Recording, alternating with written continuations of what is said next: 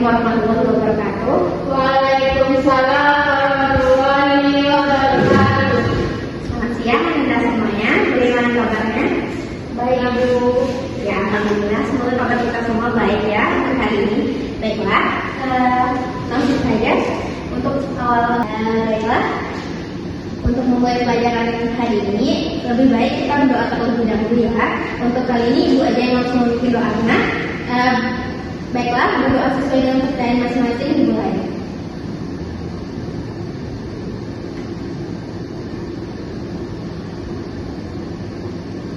Selesai. Baiklah, sebelum Ibu mulai pelajarannya, kita ambil absen terlebih dahulu ya. Untuk absen yang pertama, Rika. Hadir, Bu. Presti. Hadir, Bu. Salsa. Hadir, Bu. Oke, alhamdulillah kita dapat hadir semuanya ya. Untuk kesempatan kali ini kita akan belajar mengenai pencemaran lingkungan. Sebelumnya Ibu tuliskan dulu KD-nya ya di depan. Baiklah saudara semua, pada sesi ini kita akan belajar mengenai pencemaran lingkungan. Di sini sudah ditulis mengenai kompetensi dasar yang harus Anda kuasai setelah mempelajari materi ini. Yang pertama yaitu menganalisis data perubahan lingkungan penyebab dan dampak bagi kehidupan. Yang kedua, merumuskan gagasan pemecahan masalah perubahan lingkungan yang terjadi di lingkungan sekitar. Jadi, yang akan Anda kuasai setelah selesai dari kelas ini adalah penyebab, dampak, serta solusinya ya, serta pemecahan masalah atau solusi. Jadi, penyebab, dampak, dan pemecahan masalah dari pencemaran lingkungan itu. Nah, baiklah, yang pertama kita masuk ke penyebabnya dahulu ya. Untuk pencemaran lingkungan ini penyebabnya bisa dari alam ataupun dari buatan, misalnya buatan manusia. Contohnya pencemaran lingkungan penyebab dari alam itu seperti longsor ataupun erupsi seperti erupsi air laut. Kemudian ada yang dari manusia, contohnya seperti yang dari pada gambar itu ada sampah, kebisingan ataupun udara. Sebelumnya Anda di sini udah tahu atau belum pencemaran lingkungan itu apa? Kira-kira pencemaran lingkungan ini apa yang ada di konsep Ananda? Saya Ya, Rizky. berubahnya suatu tatanan, Bu. Misalnya kan yang pertamanya tanahnya bagus karena ada sampah, jadi tanahnya kayak nggak bagus lagi gitu, kayak kecemar gitu. Nah, betul ya, Rizky. Kalau menurut kita apa itu pencemaran kan? Sama dengan Resti, Bu. Pencemaran lingkungan itu merupakan perubahan tatanan lingkungan yang awalnya itu alami menjadi lebih tidak terawat itu. Oh ya, betul ya. Yang dijawab sama Resti dan Rika itu betul. Nah, jadi bisa disimpulkan lagi, pencemaran lingkungan ini kondisi lingkungan yang awalnya stabil kemudian berubah. Nah, ini bisa disebabkan oleh hal yang disengaja maupun tidak disengaja ya, Anda. Jadi kalau terjadinya perubahan dari lingkungan yang stabil kemudian tidak stabil, berarti fungsi dari lingkungan tersebut berkurang. Nah, contohnya aja kan di sana ada contohnya, Anda di ada pencemaran air misalnya, contohnya yang fungsi awalnya air ini bisa diminum, karena ada pencemarannya mungkin sampah masuk, airnya nggak bisa diminum lagi. Jadi fungsi dari lingkungan tadi berkurang akibat adanya pencemaran. Baiklah Anda semua, di sini udah ada yang beberapa gambar. Ini merupakan contoh dari pencemaran lingkungan yang diakibatkan oleh manusia. Seperti yang dapat Anda lihat, dan di sini ada kelompok asap yang Anda, ini merupakan contoh dari pencemaran lingkungan. Pencemaran lingkungannya yaitu pencemaran udara, di mana asap ini dapat mengganggu pernafasan kita. Menurut Anda, kira-kira asap ini kan pencemaran udara itu mengakibatkan apa aja? Kenapa dia disebut pencemaran itu? Apa fungsi yang dia lakukan? Udara kita itu menjadi berpolusi, ya betul sekali ya. Dia mengganggu kesehatan organ pernapasan kita.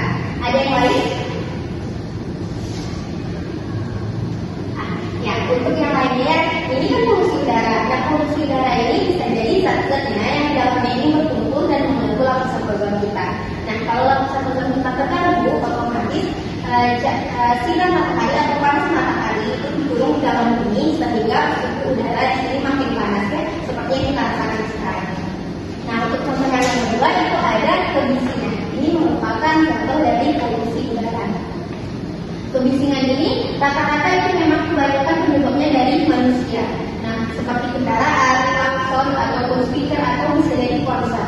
Di mana ini untuk sebagian orang dapat menyebabkan stres ataupun gangguan tidur. Jadi dia termasuk ke dalam pencemaran suara. Menurut Anda kira-kira pencemaran suara yang lainnya apa?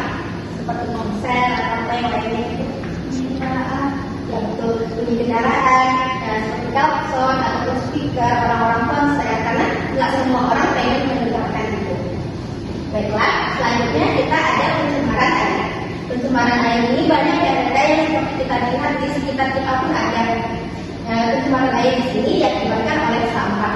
Kira-kira pencemaran air ini selain sampah apa aja? Limbah pabrik. Limbah pabrik itu bisa mencemari air, sehingga airnya tidak bisa kita minum.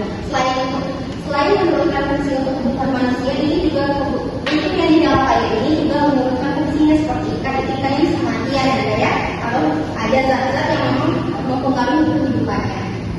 Nah, yang terakhir di sini ada contoh pencemaran apa? Pencemaran apa ini ada? Kalau dilihat dari sana kira-kira ini pencemaran apa? Pencemaran tanah. Ya betul. Kenapa ini disebut pencemaran tanah nih kan? Karena terdapat berupa gunungan sampah yang terletak di suatu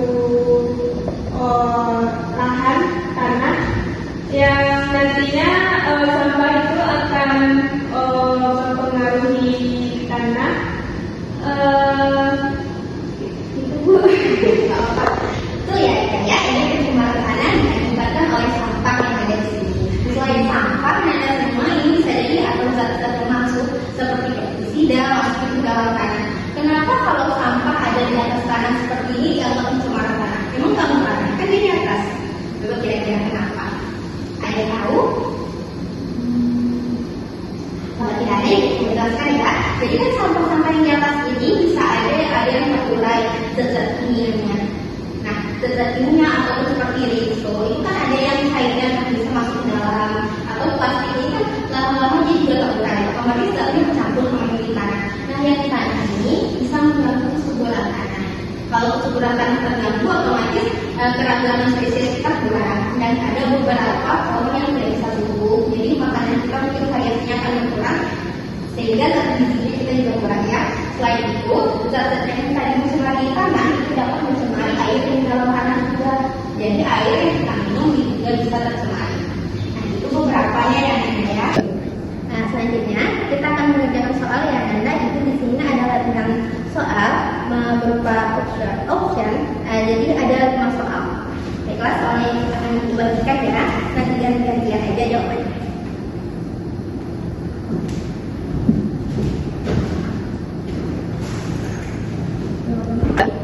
Nah, baiklah, soal yang pertama silahkan dibacakan Resti. Nomor 1, keseimbangan lingkungan dapat menjadi rusak jika jawabannya A, perubahan tidak melebihi daya dukung dan daya lenting. Oke, jawaban Resti kurang tepat ya. Jawabannya yaitu lingkungan yang seimbang memiliki daya lenting dan daya dukung yang tinggi. Daya lenting itu merupakan daya untuk pulih kembali ke keadaan seimbang, dan sedangkan daya dukung itu merupakan kemampuan lingkungan untuk dapat memenuhi kebutuhan sejumlah makhluk hidup agar dapat tumbuh berkembang sesuai yang wajarnya. Nah, soal selanjutnya silakan. Perbuatan manusia yang berdampak negatif terhadap perubahan lingkungan adalah A. Perusakan hutan, pembangunan perumahan, urbanisasi. Betul ya, jawaban kita. Perusakan hutan dan pembangunan perumahan itu dapat mengakibatkan dampak negatif terhadap perubahan lingkungan. Nah, soal ketiga. CO2 merupakan polutan udara yang dapat menyebabkan B. Gangguan respirasi manusia. Apa nih Kak? Jawabannya? B. Oke. Nah, jawaban kita kurang tepat ya. Jawabannya yaitu B. Di mana CO dan CO2 limbah dari kegiatan industri dapat mengakibatkan terjadinya efek rumah kaca, sehingga meningkatkan rata-rata suhu bumi. Oke, soal terakhir silakan dibacakan Resti. Soal nomor 5, contoh limbah yang terdeteksi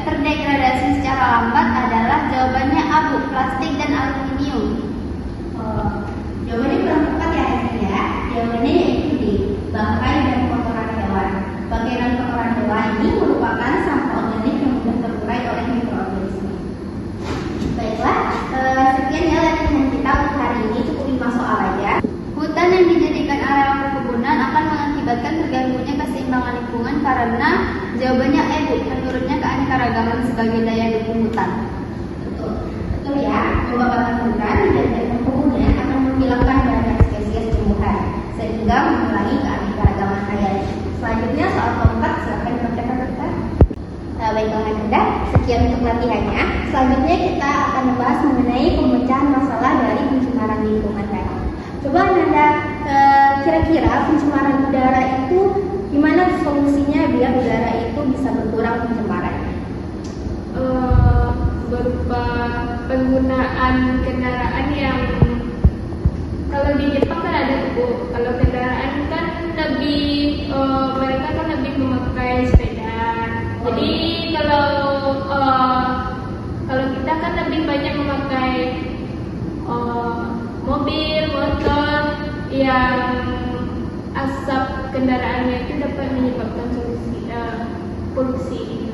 Betul ya, yang disebutkan tadi itu merupakan salah satu solusi untuk mencegah polusi udara. Resti ada nggak kira-kira apa solusinya? Kalau dari Resti, untuk pemecahan masalah, kita kan sering buang sampah plastik tuh ya Bu.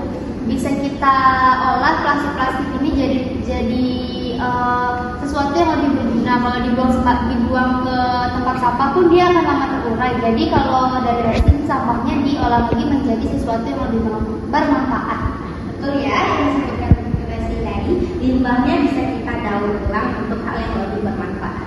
Nah, selanjutnya ada masalah pencemaran suara. Pencemaran suara ini kira-kira apa pemecahan masalahnya? Coba Rika. Ada pencemaran suara yang ada. Salah satu solusi untuk untuk mengurangi kebisingan suara tadi, yaitu dengan meningkatkan kesadaran masing-masing dari kita ya, itu salah satu solusinya. Itu bisa dari pemerintah ataupun dari industri itu memasang pamflet ataupun edukasi pada masyarakat untuk mengurangi suara tersebut atau memakai teknologi peredam suara.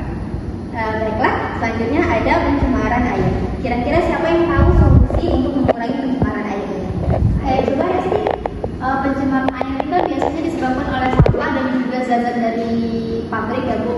Kalau menurut Resti, untuk sampahnya ini sebaiknya kita buang kepada tempat sampah, terus sampahnya diolah lagi. Kalau untuk limbah dari pabriknya ini kita adakan pengajuan kepada pabrik agar tidak membuang limbah pada sungai-sungai yang ada. Betul ya, Resti, yang Resti bilang tadi itu merupakan beberapa cara untuk solusi agar mengurangi polusi dari air tadi. Nah, selanjutnya yaitu pencemaran tanah. Pencemaran tanah, coba Rika, kira-kira solusi apa yang terpikirkan oleh Rika untuk mengurangi pencemaran? Kalau menurut kita solusi untuk dari pencemaran tanah itu